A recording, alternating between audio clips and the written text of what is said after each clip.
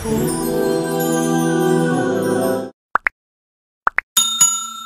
زبان آفرین، سپاس و حمد به حد مر خدا را که صنعش در وجود آورد ما را. هر دم از ما صد درود و صد سلام بر رسول و آل و اصحابش تمام. السلام علیکم و رحمت الله و برکاته. علیکم السلام. برادران خیلی عزیز و گرامی، با دعوت برادر گرامیمان بابی حاجی احرارالدین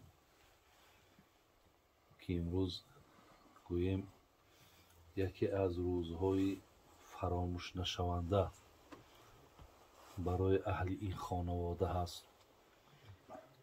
یک روزی هست که برادران گرامی، با گمان من همینه که بابی حاجی احرارالدین خیلی سالها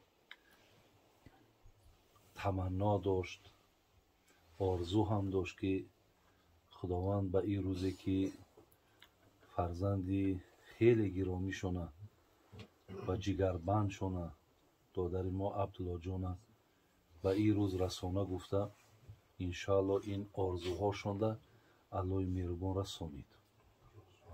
ما از الله مهربان دعاگو هستیم که خداوند دادر ما عبدالله جانه همراه این خانومی که انتخاب کرده است خداوند جمع شونه جمعی با خیر کنه، جمعی با سعادت گردونه. ای محصول جمع شون فرزندایی که هم صورت خوب و هم سیرت خوب، فرزندایی که نامبردار باشند، فرزندانی که بسیار فرزندی باشد که همیشه این اولاد این اجداد از پشت او رحمت شنوند. خداوند این گونه فرزندی خوب و نیک هم نصیب شون گردونه. و الله مهربان دعاگو هستیم که در این خاندان خوشی ها و خرسندی ها را برقرار و بر دوام الله مهربان نگهبان باشه. برادران خیلی عزیز گرامی، راستی اگر چنده که خیلی در نظر ما میتابد کم کم راه دورم که باشه ای پای تخت و اینجا را هم یکی وقتی آمدیم این دوستا و برادرها و استادا و اینجا خیلی شخصیت های خوب و نیکه که دیدیم. همون گفتی شیخ سعدی که انا همون دیدار دوستان که ببینی مرحمه است گفتگی. البته وقت دیدار دوستا را که میبینی انشاءالله برای تو بسیار یک درمان و برای تو بسیار یک انشاءالله قوه خیلی زیادی را هم حاصل میکنی. در حضور این عزیزا و بزرگا خدا خواهد برادر عزیز دوامی صحبتی را که برادر ما قاری ابراهیم صحبت کردن اصلا خدای مهربان سپاسگزاری کنیم برادرها که حقیقتا برای دادر ما عبدالله همین نصیحت مصلحت بسیار مهمه. الله رحمت کند. همین خیلی پیشتره های ما را دانشمندای ما را که میفتن که همچنان چون تن ما زنده به آب است و هوا سخن خوب دل مردم را همون آب و هواست. چگونه برادرای عزیز سرمایه امر آدم دو چیزه، یکی آب و یکی نفس. اگر همین دو چیز نرسه ما هلاک میشیم. عزیزای خدا میگن که انامین نصیحت هایی که به گوش یک دیگر میرسونین انامین هم رنگ آب و رنگ نفس برای هر کدام شما مهم و ضروره.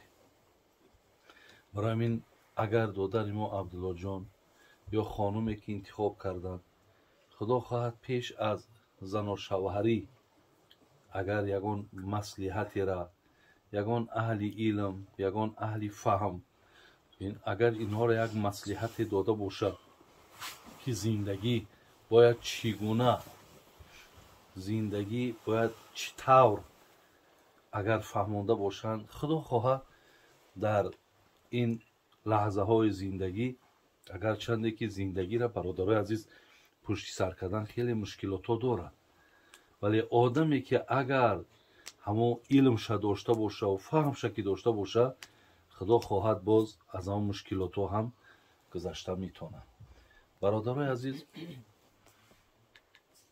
یکی از صحابی های پیامبر به نام حضرت معاویه ابن حیده وقتی پیش پیامبر حاضر در این دور زمان ما هم اکو مراجعت شه بچه ها کو بسیار کمه یا اینکه بسیار کاسته شدگی که خلاص مثال تیاری بیچاره توی میبینن، مثال دوا و همه را میکنن، لیکن پیش یک کس رفته کو انا من زن میگیرم، مقصد در همین زنگیری من کو ای نگاه دین من آخی ما مسلمانیم کو چی مصلحت ها دادگی ای الله و رسول او، همین خیلی مراجعت ها برادر عزیز خیلی کمه.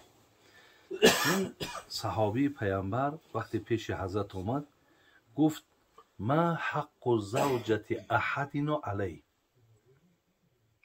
گفت حضرت یک سوال دارم، همین زنی را که حاضر من در نکاح می‌دارم، همین زن بالای من چی حق داره؟ برادرای عزیز، سوال مهمه. برای چی مهمه که اگر عبدالله حق خودش بدونه، زنم حق خودش بدونه و اینها حق یکدیگر اگر پایمال نکنن، حق یکدیگر رعایت کنن، اینا می بگیم با توجیکی خودمون همین خرخشه هایی که در زندگی هست اینها از بین می روه.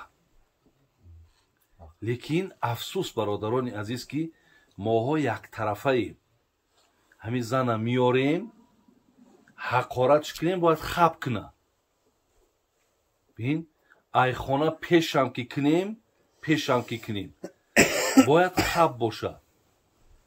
اگر یک مبادای مقصد یگان جنجال هم در خانه شده، همین زنه قهرم کد رفت، ضرور شید، مجبور شید که همین خانه را ترک نه، ما به سرش نمیریم، او باید خودش پدرش بگیره بیاره. خلاص بعضی چیزهایی داریم که صخروی های داریم برادرای عزیز که می شود که همین ها سبب ویران شدن زندگی شود. برای همین این در شریعت برادرای عزیز، برای چی آیت قرآن میگه هن لباس لکم و انتم لباس لهن. الله ربی معین میکنه شما لباسی زنها هستین، زنها لباسی شما هستن. بین حق بینین که یعنی اگر چند در خانه الله مهربان الرجال و قوامون علی النساء هم گفته باشد، یعنی لجام همین این در شریعت برادرای عزیز، برای چی آیت قرآن میگه هن لباس لکم و انتم لباس لهن. الله ربی معین میکنه شما لباسی زنها هستین، زنها لباسی شما هستن. بین حق بینین که یعنی اگر چند در خانه الله مهربان الرجال و قوامون علی النساء هم گفته باشد، یعنی لجام خانواده یا رهبری خانواده به دست مردها هم باشد، معنای ایرا نداره که دیگه همه چیز برای تو درست. زن مقصد بالکل محروم باشه، این خیل نیست. از بخاطر چی؟ بخاطر که بین حضرت معاویه پیش حضرت میاود که همین زن بالای من چی حق داره؟ برادرای عزیز ببین چیش گفت پیامبر ما، گفت ان تطعمها اذا طعمت. یعنی نفقه بگیم زن، نفقه زن یعنی خوراندن زن معاویه بزیمته. برادرای عزیز برای آنه که عبدالله جان زنش از نان تامین کنه باید عبدالله کار کنه.